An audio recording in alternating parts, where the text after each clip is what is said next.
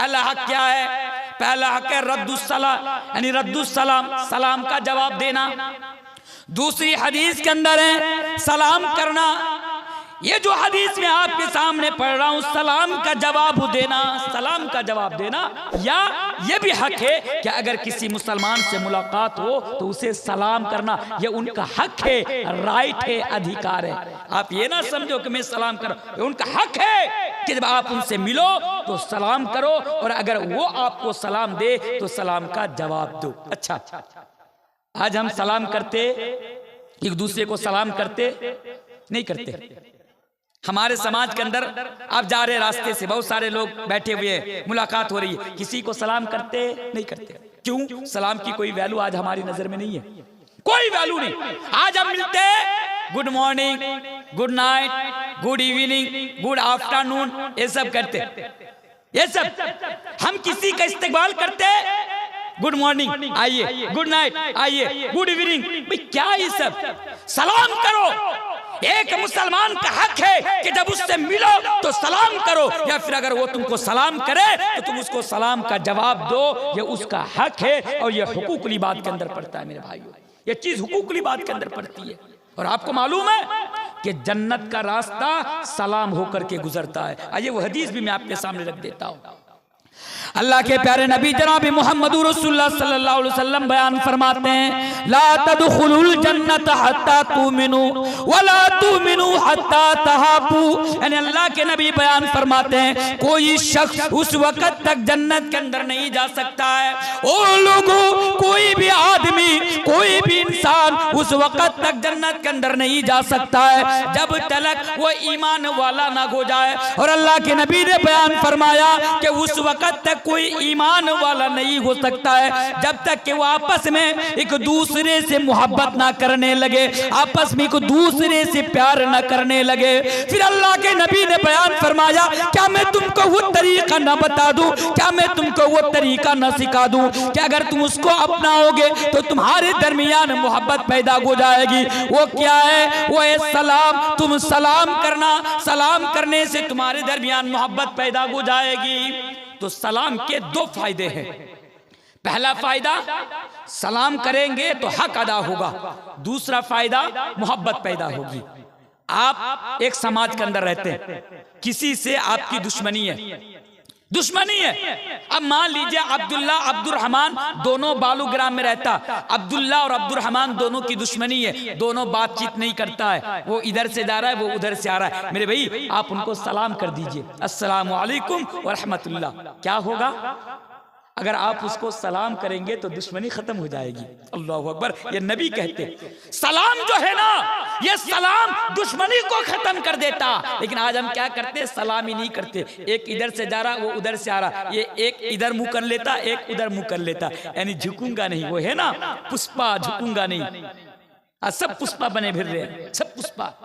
मेरे भाई अगर झुक जाएंगे तो क्या होगा? क्या होगा? मोहब्बत पैदा हो जाएगी, दुश्मनी खत्म हो जाएगी। सलाम करो, सलाम की बड़ी अहमियत है। उधर नहीं लेकर जाऊंगा और ना बड़ा टाइम लग जाएगा। तो ये पहला हक है। और दूसरा, अच्छा, और एक चीज, हम ना लेबल के सलाम करते हैं, लेकिन लेबल के हिसाब से करते। रास्ते से जा रहे, हमारे गांव का एक नेता साहब आ रहे हैं, अस्सलाम वालेकुम नेता साहब, क्योंकि काम करवाना है, उनको राजी रखना है। नेता भी कहते, अरे ऐसा ऐसा नेता के सलाम का जवाब देना भी नहीं आता। एक इधर गुटका डाला होता है, एक इधर गुटका डाला, कहता अस्सलाम, उनको सलाम करते। लेकिन सामने से एक अच्छा आदमी, नमाजी आदमी, लेकिन बेचारा गरीब है, आ रहा है, हम उसको सलाम नहीं करते। आज हमारा यह हाल है, लेबल देखकर, स्टेटस देखकर आज हम सलाम करते। और एक तरीका है सलाम करने का, जबान से आज ना अदा भी नहीं करते। रास्ते से जा रहे हैं, कोई दुकान पे बैठा हुआ है, बस मुंह ऐसा कर दिया, क्योंकि इसके भी मुंह में पान होता। अब हूं का मतलब होता है कि बंदा ने सलाम किया। अब उधर वाले जो बैठे वो भी तो बीड़ी खो रहे हैं, अब वो कैसे जवाब देंगे? जवाब हो गया। अब मुंह से अदा करने की जरूरत ही नहीं है, कहने की अस्सलाम वालेकुम व रहमतुल्लाह, ये कहने की जरूरत नहीं है। बंदा फलाना, सामने वाला ने कहा हूं, इधर वाला ने कहा हूं, सलाम, सलाम का जवाब हक अदा हो गया। नहीं, सलाम करो मेरे भाई। और सलाम करने का तरीका है अस्सलामु अलैकुम व रहमतुल्लाह, सलाम करो, वो भी जवाब देगा वालेकुम सलाम व रहमतुल्लाहि व बरकातुहू। इसमें हक भी अदा होगा, मोहब्बत भी बढ़ेगी और आपको सवाब भी मिलेगा। अल्लाहु अकबर। एक काम करने से आपको तीन फायदा हो रहा है, तीन आपको बेनिफिट मिल रहा है, तीन बेनिफिट मिल रहा है। और ऐसे भी तो हम लोग सूद खाने वाले लोग हैं, हमको पता है कि सूद का जो बेनिफिट मिलता है वो हमें कितना महबूब है और वो कितना अजीज है। तीन फायदे। तो ये पहला हक है। अच्छा, दूसरा हक, एक मुसलमान का दूसरे मुसलमान के ऊपर 5 हक है। उनमें से एक है रद्दुस सलाम, सलाम का जवाब देना।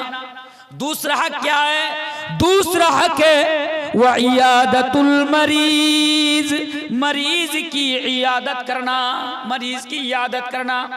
और याद रखो, इस्लाम ने ये नहीं कहा कि अगर बीमार होने वाला शख्स, बीमार होने वाला आदमी अगर तुम्हारा भाई हो, तुम्हारा रिश्तेदार में से हो, चाहे ननिहाल की तरफ से हो या ससुराल की तरफ से हो, तुम उसकी इयादत को जाओ, उसके देखने के लिए जाओ नहीं।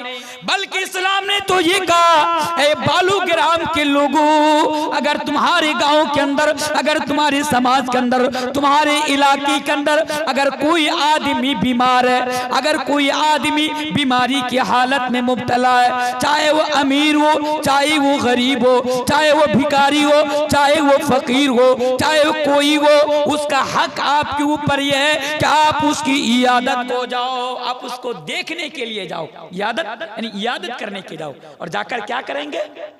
हम क्या करते? अगर हमारा भाई है, हम देखने के लिए जाते।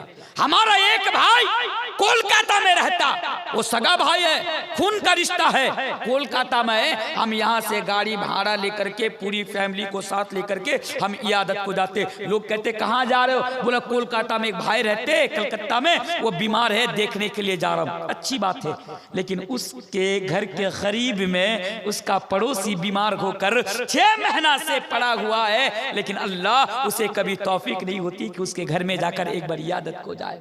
जाते इयादत को? कितने लोग हैं मेरे सामने? मुझे ईमानदारी के साथ बताइए कि आपके गांव में जो गरीब आदमी जो बीमारी में मुब्तला है, आप उनको देखने के लिए, उनकी इयादत को लिए आप गए? आप नहीं गए। अच्छा, आप कहेंगे मौलाना साहब अगर देखने को ले जाए तो क्या फायदा? अगर हम किसी बीमार को देखने के लिए जाएंगे, इयादत को जाएंगे, तो हमें क्या फायदा मिलेगा कि हम वक्त निकाल कर उनको देखने के लिए जाए? आइए फायदा मैं आपके सामने पहले रख देता हूँ।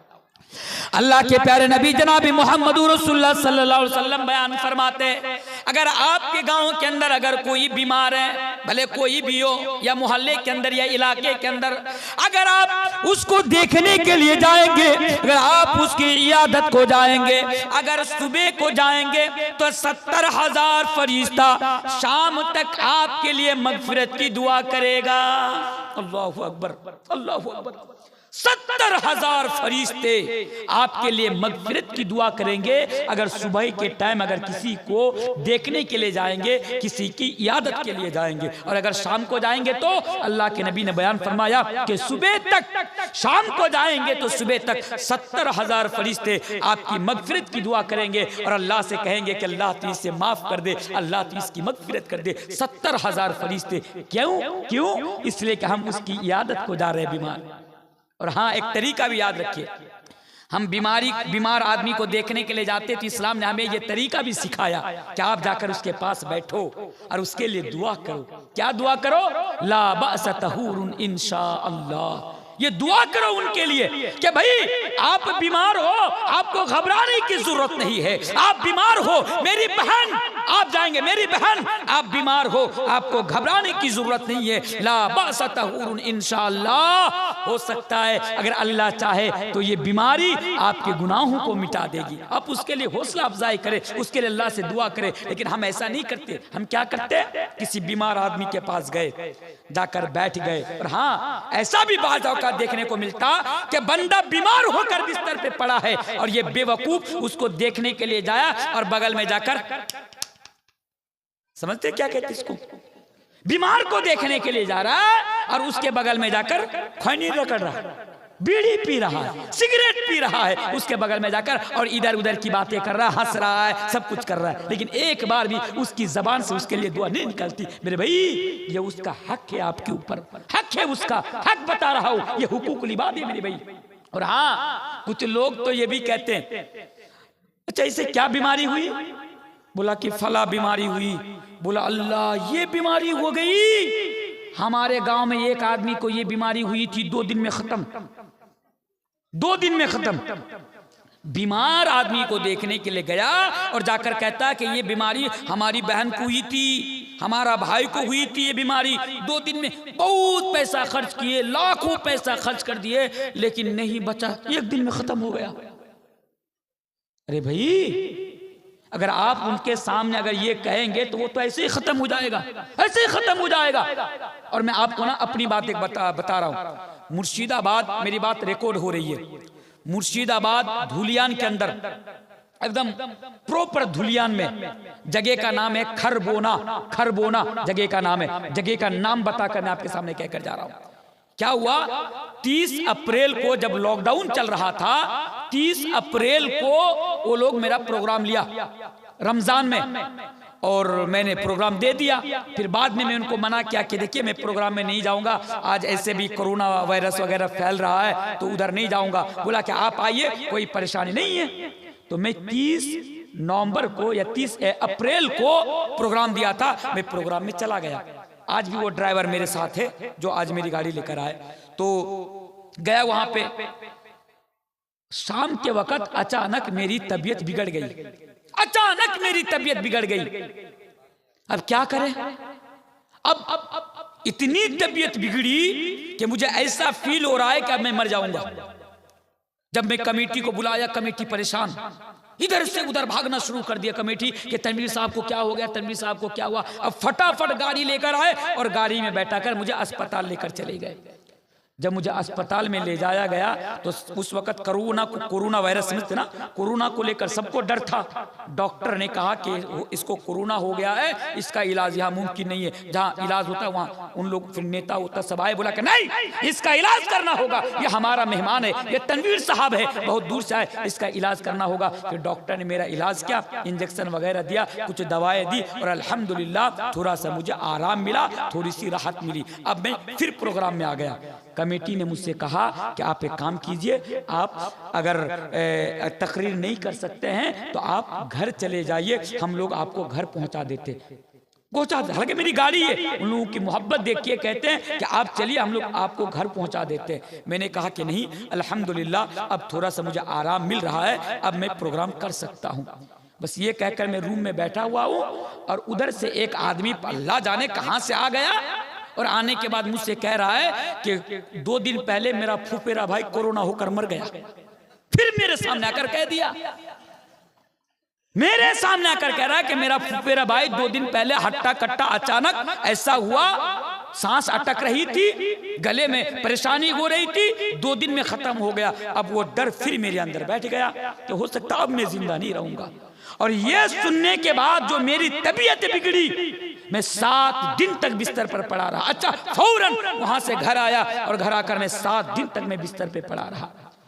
फेसबुक खोल रहा हूँ, फला जगह फला आदमी मर गया, फिर डर रहा हूँ। मैं फेसबुक भी बंद कर दिया, मोबाइल को हाथ लगाना छोड़ कर दिया। तब जाकर अल्हम्दुलिल्लाह 7 दिन के बाद अल्लाह तबारक व तआला ने मुझे शिफा दी। यह हाल है। तो कभी भी खबरदार, किसी बीमार आदमी को देखने जब जाएंगे उनके सामने ये नहीं कहेंगे कि फला को ये बीमारी हुई थी, फला टपक गया, निकल गया, खत्म। खबरदार उनके सामने नहीं, बल्कि उनको हौसला देंगे, उनको हौसला देंगे, उनके लिए अल्लाह तबारक व तआला से दुआ करेंगे कि उनका हक है आपके ऊपर। फिर आइए हदीस के ऊपर लेकर आता है। एक मुसलमान का दूसरे मुसलमान के ऊपर 5 हक है।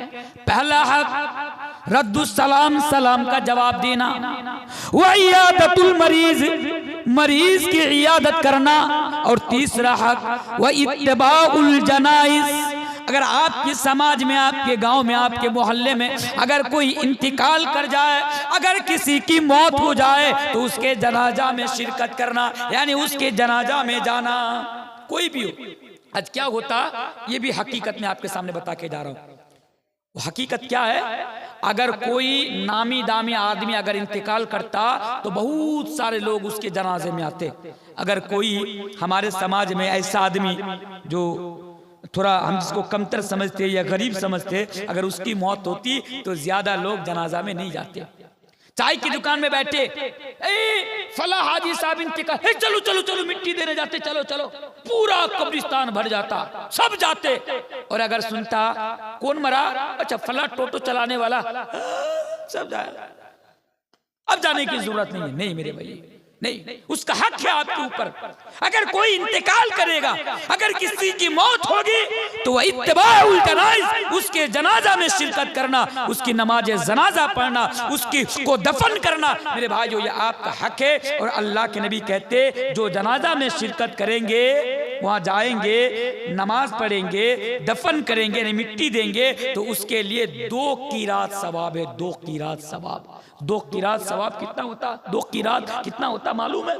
2 कीरात का मतलब होता है, अल्लाह के नबी ने बयान फरमाया, उसकी वजाहत की कि 2 कीरात का मतलब है कि 2 उहूद पहाड़ के बराबर आपको सवाब मिलेगा। क्यों? अगर आप किसी की नमाजे जनाजा में अगर आप जाएंगे और वहां से काम खत्म करके अगर घर में आएंगे, तो 2 कीरात सवाब, 2 उहूद पहाड़ के बराबर आपको सवाब। और दूसरी हदीस के अंदर है कि 2 बड़े बड़े पहाड़ के बराबर आपको सवाब मिलेगा। इसलिए इस मौका को गनीमत जाने, सवाब भी मिलेगा और हक भी अदा होगा, क्योंकि उसका हक आपके ऊपर है। अल्लाह, लेकिन आज क्या करते हैं हम? रिश्तेदार देखकर, रिश्तेदारी को देखकर और हम उसका स्टेटस देखकर हम उसके जनाजा में शिरकत करते, ये बहुत गलत है। आज के बाद खबरदार ऐसा नहीं करना, यह आपका हक है। और नबी की जिंदगी पर नजर डालें, नबी क्या करते? आइए 1-2 हदीस में आपके सामने रख देता हूं नबी के ताल्लुक से। एक औरत, हबसी औरत, काली कलूटी औरत, मस्जिद में आकर झाड़ू लगाया करती थी, सफाई का काम क्या करती थी। एक दिन उसकी मौत हो जाती है, लोग ले जाकर उसको दफन कर देते, नमाज जनाजा पढ़कर उसको दफन कर देते। अल्लाह के नबी ने एक दिन सवाल किया कि वो औरत कहाँ है?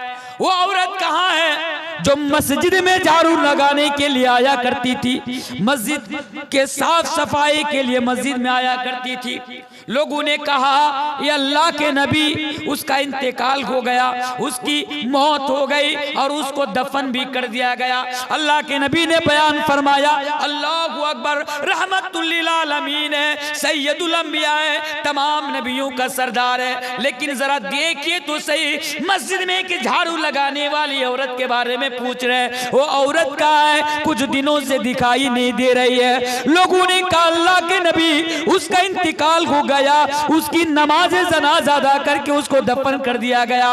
अल्लाह के नबी ने बयान फरमाया कि मुझे क्यों नहीं बोला? फिर कहा कि बताओ उसकी कब्र कहाँ पर है? अल्लाह के नबी उसकी कब्र के पास जाते हैं, उसके लिए अल्लाह तबारक व तआला से मगफिरत की दुआ करते हैं और अल्लाह तबारक व तआला से दुआ करते हैं कि अल्लाह तू इसकी मगफिरत फरमा, ये अल्लाह तू इसको बख्श दे। और फिर अल्लाह के प्यारे नबी जनाब मुहम्मदुर रसूलुल्लाह सल्लल्लाहु अलैहि वसल्लम उसकी नमाज जनाजा भी अदा करते, पहले दफन कर दिए, बाद में जाकर उसके लिए दुआ भी करते। और हदीस के अंदर, दूसरी हदीस के अंदर ये भी मौजूद है कि उसके लिए नमाज जनाजा भी अदा करते। अरे ये तो मुसलमान है। आप लोगों ने अब्दुल्ला इब्न उबई का नाम सुना होगा। अब्दुल्ला बिन उबई कौन है? कौन अब्दुल्ला इब्न उबई? ये मुनाफिक है, मुनाफिक। और मुनाफिक किसे कहते हैं मालूम है?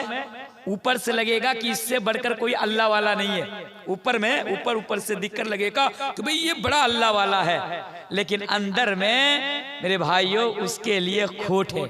ऊपर से बड़ा अच्छा लगेगा, लेकिन अंदर ही अंदर वो मुसलमानों का सबसे बड़ा दुश्मन है, वो इस्लाम का नुकसान चाहता है, वो मुसलमानों का नुकसान चाहता है। ये मुनाफिक है, मुनाफिक।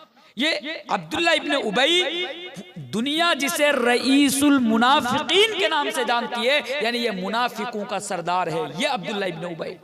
और यही अब्दुल्ला इब्न उबई है कि एक मर्तबा कहा था कि अगर जब इज्जत वाला मदीने के अंदर आएगा, यानी नबी की शान में गुस्ताखी की थी और कहा था कि मैं नबी को जलील करके मैं मदीना से निकाल दूंगा। फिर इसका बेटा खड़ा हुआ था कि अबू जान खबरदार, आप मदीने की सरहद पर कदम भी ना रखना वरना मेरी तलवार आपकी गर्दन पर चल जाएगी। उसका बेटा पक्का सच्चा मुसलमान, पक्का सच्चा मुसलमान, बेटा पक्का सच्चा मुसलमान, बाप मुनाफिक। इसका इंतकाल हो जाता है, बेटा अल्लाह के नबी के पास आते, आंखों में आंसू है। अल्लाह के नबी कहते अब्दुल्ला क्या हुआ?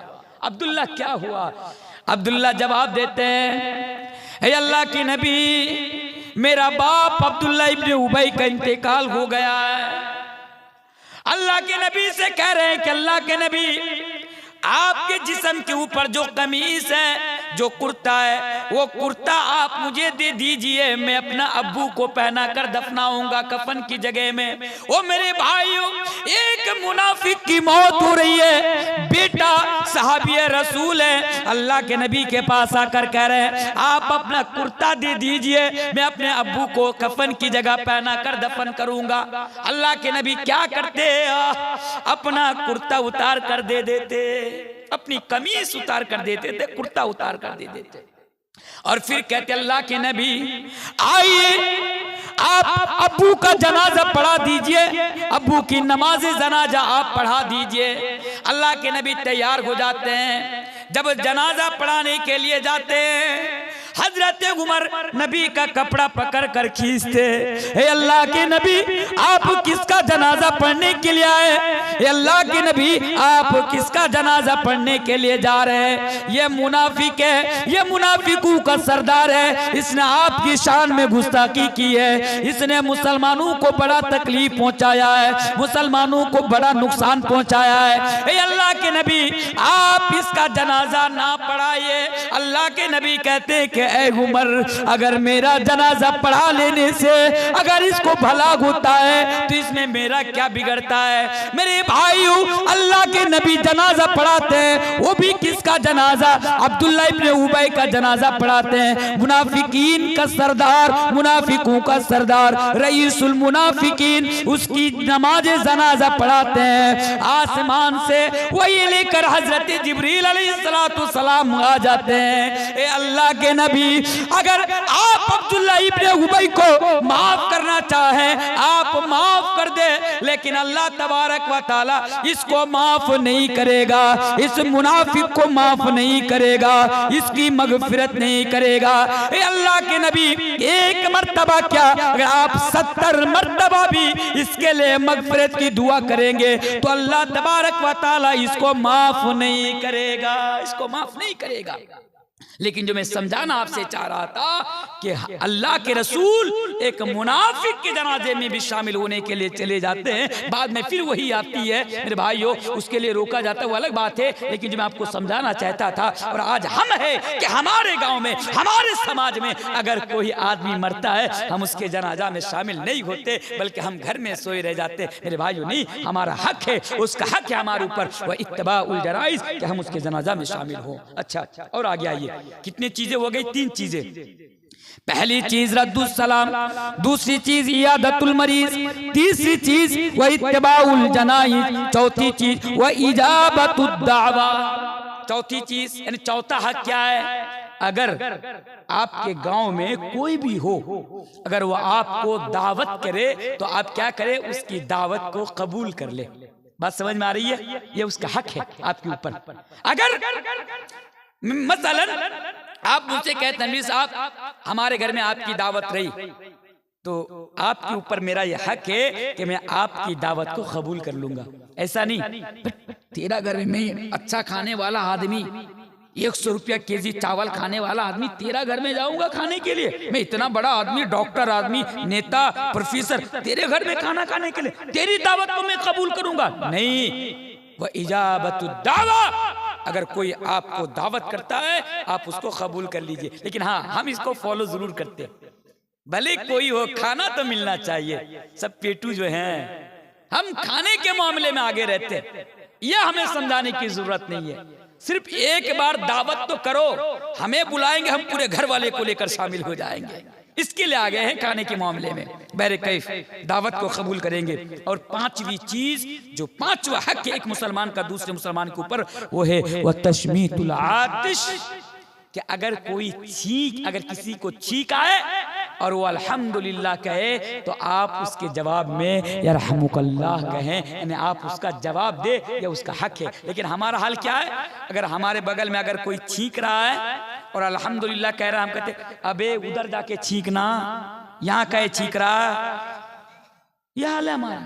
नहीं, अगर किसी को छींक आए और वो अल्हम्दुलिल्लाह कहे, अल्लाह का शुक्रिया अदा करे, तो उसके जवाब में आपको यरहमुकल्लाह कहना है, यानी उसका जवाब देना है, ये उसका हक है आपके ऊपर मेरे भाइयों। अल्लाहु अकबर। एक मुसलमान को दूसरे मुसलमान के लिए कैसा होना चाहिए। अच्छा, और आपको एक चीज बताऊं, एक मुसलमान को दूसरे मुसलमान के लिए कैसा होना चाहिए या क्या हक है, आइए जल्दी जल्दी मैं आपके सामने बता रहा हूं। अच्छा देखिए, मेरे पास 2 घंटा होने में सिर्फ आधा घंटा टाइम बाकी है, लेकिन मेरा मौजू का अभी भी मेन पॉइंट अभी बाकी है, हुकूकुल इबाद का। आप लोग क्या चाहते हैं, 2 घंटा में खत्म कर दूं या फिर बात को और लंबी कर सकता हूं जी?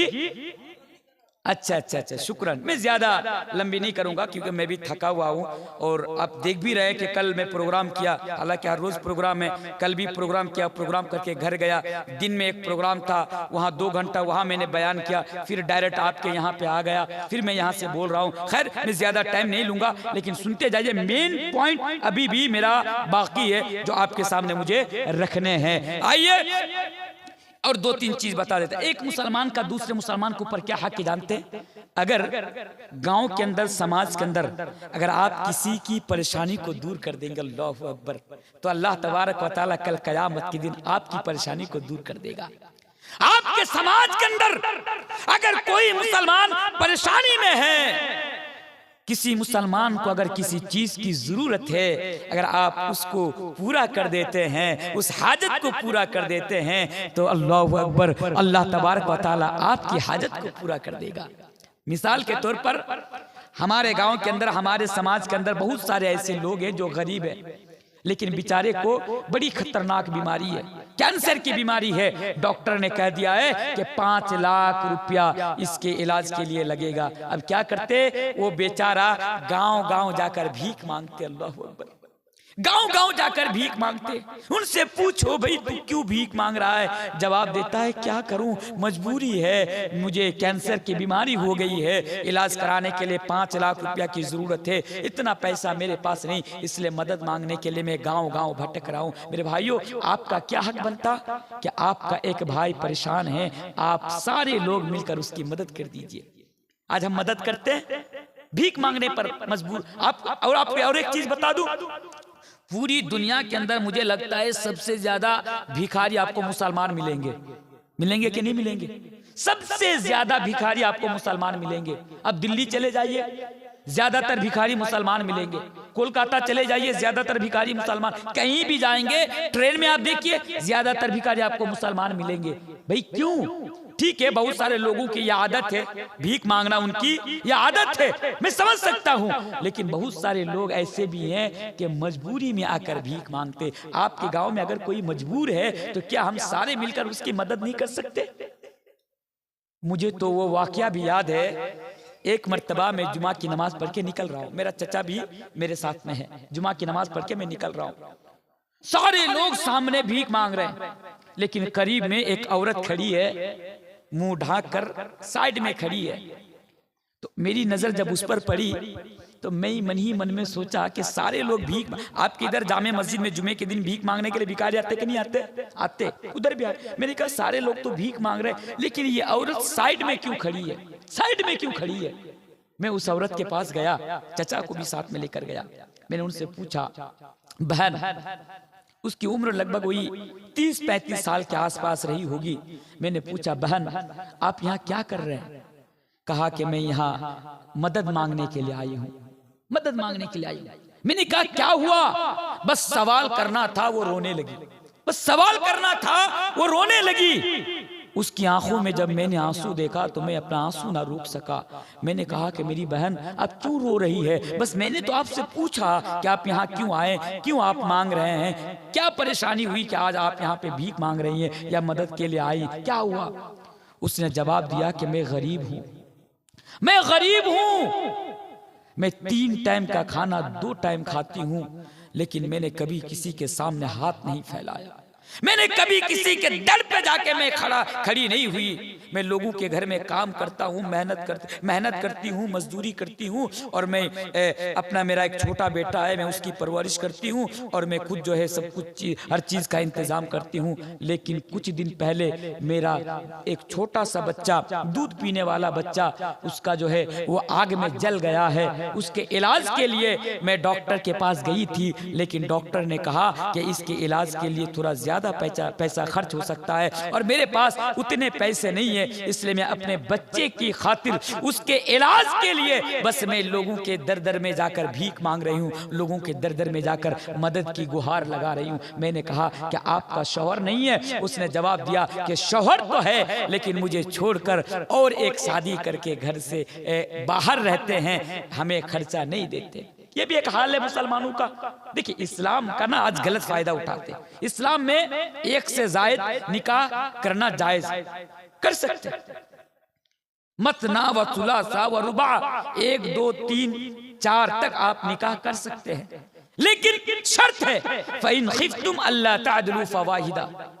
आपके पास एक से जायद जितनी भी बीवियां होंगी, तमाम बीवियों के साथ आपको इंसाफ करना होगा। लेकिन हमारा हाल क्या, हम शादी करते, पहली वाली बीवी को छोड़ देते, छोटी वाली बीवी को लेकर मस्ती से घूमते। आज हमारा यह हाल है। ऐसा नहीं होना चाहिए। फिर जो है मेरे भाइयों, हम लोगों से जहां तक हो सका उस औरत की हम लोगों ने मदद की, लेकिन ये साबित करना चाहता हूं कि अगर हमारे समाज के अंदर अगर कोई मुसलमान इस तरह की परेशानी में हो और इस तरह की मजबूरी में हो, जो आज दर दर की भीख मांग रही है, दर दर की ठोकर, यानी लोगों के पास, तरह तरह के लोगों के पास जाकर आज मदद की गुहार लगा रही है, तो आज हमारा यह हक बनता है कि हम ऐसे लोगों की मदद खुद से कर लिया करें। हमारे गांव में बहुत सारे ऐसे लोग हैं जो अपनी बेटी की शादी नहीं करा पा रहे। हमारा क्या हक बनता है कि हम उसे कुछ मदद कर दे, कुछ दे दे। याद रखिए, अगर आप दुनिया में उसकी मदद करेंगे तो अल्लाह तबारक व तआला आखिरत में भी आपकी मदद करेगा। दुनिया वालों पर रहम करोगे, आसमान वाला आप पर रहम करेगा। उसकी परेशानी को दूर करेंगे, अल्लाह तबारक व तआला आपकी परेशानी को दूर करेगा। इंशाअल्लाह आज के बाद हम लोग एक दूसरे की मदद करेंगे इंशाअल्लाह।